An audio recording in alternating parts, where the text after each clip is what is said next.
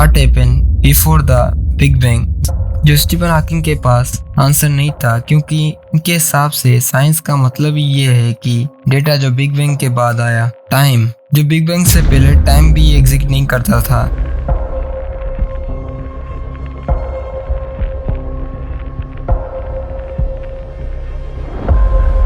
बस इस खोज के दौरान हमें एक चीज से संभल कर रहना होगा, क्योंकि अगर किसी तरह का इलेक्ट्रोमैग्नेटिक रेडिएशन मतलब किसी खास तरह का रेडियो सिग्नल किसी ऐसी डायरेक्शन में हमने भेज दिया जहां पर टाइप 2 एलियंस रहते हैं और इन्हें जरा सा भी शक हुआ कि कोई आर्टिफिशियल सिग्नल है, तो हमारे लिए बड़ा खतरा होने वाला है। क्योंकि स्टीफन हॉकिंग के अनुसार टाइप 2 सिविलाइजेशन कैन किल अस। अगर किसी गैलेक्सी में स्टार एक्सपेक्टेड क्लस्टर से कमतर आए तो वो एलियंस की मौजूदगी का सिग्नल हो सकते हैं।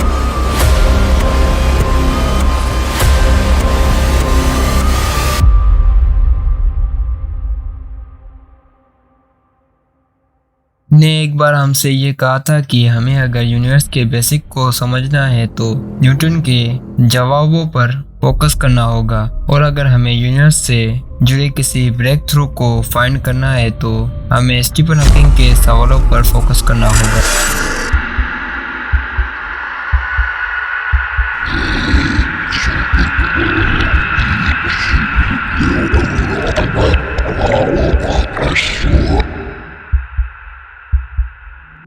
स्टीफन हॉकिंग की कुछ मिस्टिकल अनप्रूव थ्योरीज हैं जो अभी तक गलत और सही दोनों तरह से साबित नहीं हुई हैं, पर हाल ही में जेम्स वेब स्पेस टेलीस्कोप के द्वारा कुछ स्ट्रेंज डिस्कवरीज हुई हैं जो शायद ये बता सकती हैं कि ये प्रूफ कर सकती हैं कि जो स्टीफन हॉकिंग ने डार्क थ्योरीज दी थी वो बिल्कुल सही हों। पर सिर्फ ये नहीं, जेम्स वेब स्पेस टेलीस्कोप की इतनी महारतें हैं, इतनी एडवांस है कि फ्यूचर में वो हमें एलियन से भी मिला सकती है, जिसके बारे में स्टीफन हॉकिंग हमेशा से हमें वार्न करते हुए आ रहे हैं। Wondering how?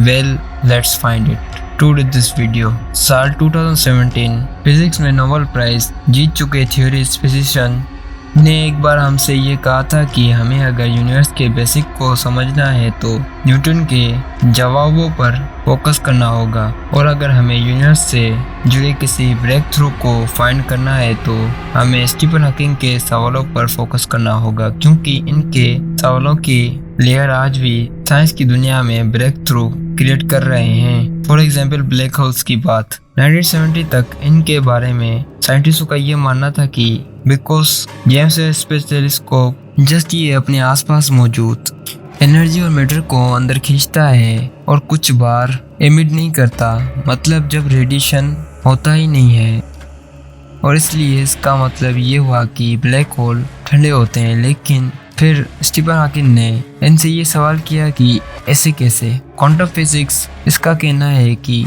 यूनिवर्स में इंफॉर्मेशन कभी गुम ही नहीं होती, पर तुम जो कह रहे हो इसका मतलब ये है कि ब्लैक होल्स मैटर को पूरी तरह से स्पेक्ट्रीफाई करके इसकी इंफॉर्मेशन को डिस्ट्रॉय कर देता है। अब ये तो पूरी तरह से क्वांटम लॉस का उलट हो गया, और इसलिए स्टीफन हॉकिंग को मैथमेटिकली प्रूव करके देखना पड़ा कि ब्लैक होल्स भी कुछ पार्टिकल रेडिएशन से एमिट करते हैं, और इसी प्रोसेस का नाम दिया गया हॉकिंग रेडिएशन। और हो सकता है जो चीजें ब्लैक होल्स अपने अंदर खींचता है इनकी इंफॉर्मेशन इन रेडिएशंस में हो जो ब्लैक होल्स से एमिट होता है। अब ऐसी कोई टेक्नोलॉजी इस वक्त तो थी नहीं कि स्टीफन हॉकिंग की इतने बड़े दावे को प्रूव कर सके, बट इतना जीनियस साइंटिस्ट कुछ बोल रहा हो वो भी मैथमेटिकली प्रूव करके, तो इसको ना मानना साइंटिस्टों के लिए इतना आसान तो नहीं था। तो इसलिए इनके थ्योरीज को बहुत से लोगों का सपोर्ट मिला। कुछ लोग थे जो एग्री नहीं करते थे, बट इनकी भी बोलती 2019 में जाकर बंद हो गई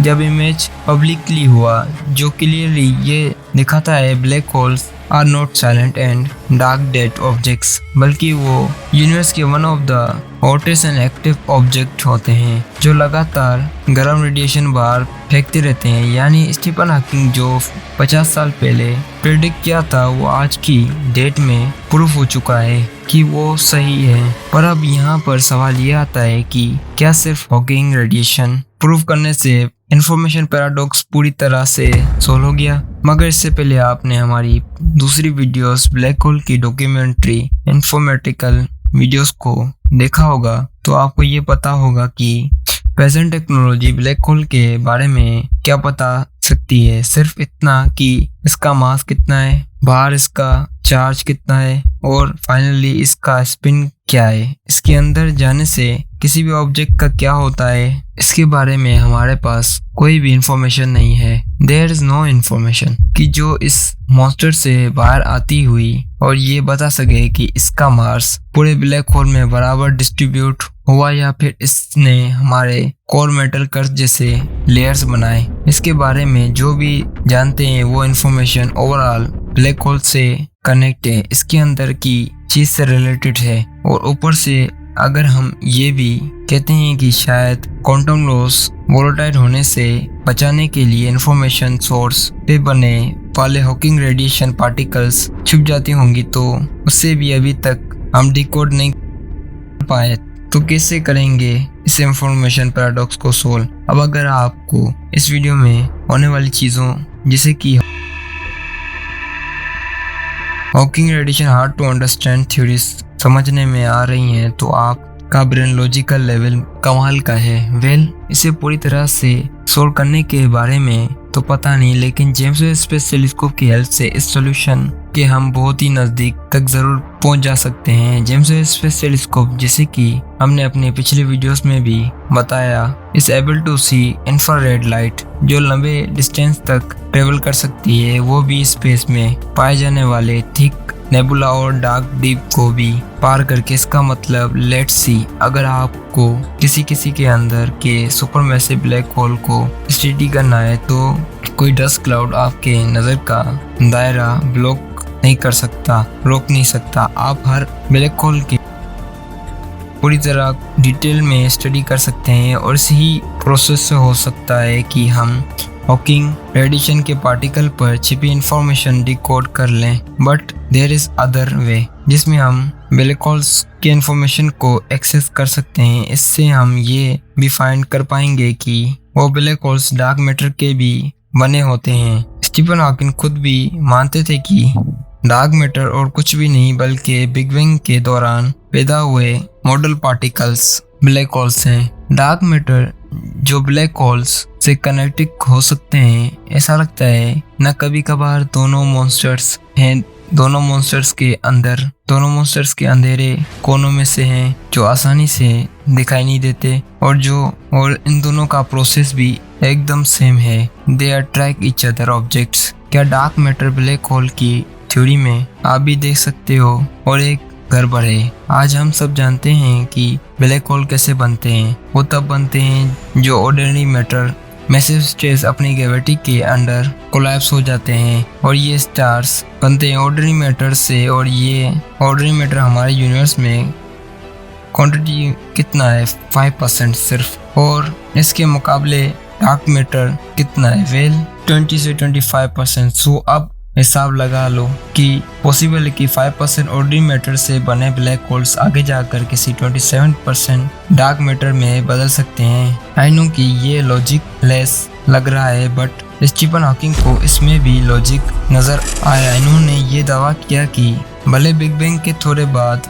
जब एनर्जी E=mc² के चलते मैटर में चेंज हो रही थी, तब ड्यूरिंग थोस डार्क एजेस जहाँ एनर्जी का काफ़ी डेंस थी, वहाँ एनर्जी मैटर के एंटर कन्वर्टेबल बिहेवियर के चलते छोटे छोटे ब्लैक होल्स बन गए और स्टीफन हॉकिंग ने इनको नाम दिया पैरामोडियल ब्लैक होल्स। और इनके मुताबिक ही वो छिपी मिस्टीरियस जो कि अंधेरों में छिपकर चीज़ों को हर जगह से ग्रेविटी का असर डालती हैं। अब स्टीफन हॉकिंग के जिंदगी में तो किसी ने इस थियरी को प्रैक्टिकली प्रूव नहीं किया, पर जिस तरह से जेम्स वेब स्पेस टेलीस्कोप की कैपेसिटीज ने दावा किया है कि अगर वो 13.7 बिलियन ईयर्स पीछे तक देख पाया तो हम इसके जरिए डार्क एजेस में इन पैरामोडियल ब्लैक होल का प्रूफ जरूर पाएंगे। मतलब स्टीफन हॉकिंग की ये थियरी सच साबित हो सकती है, या फिर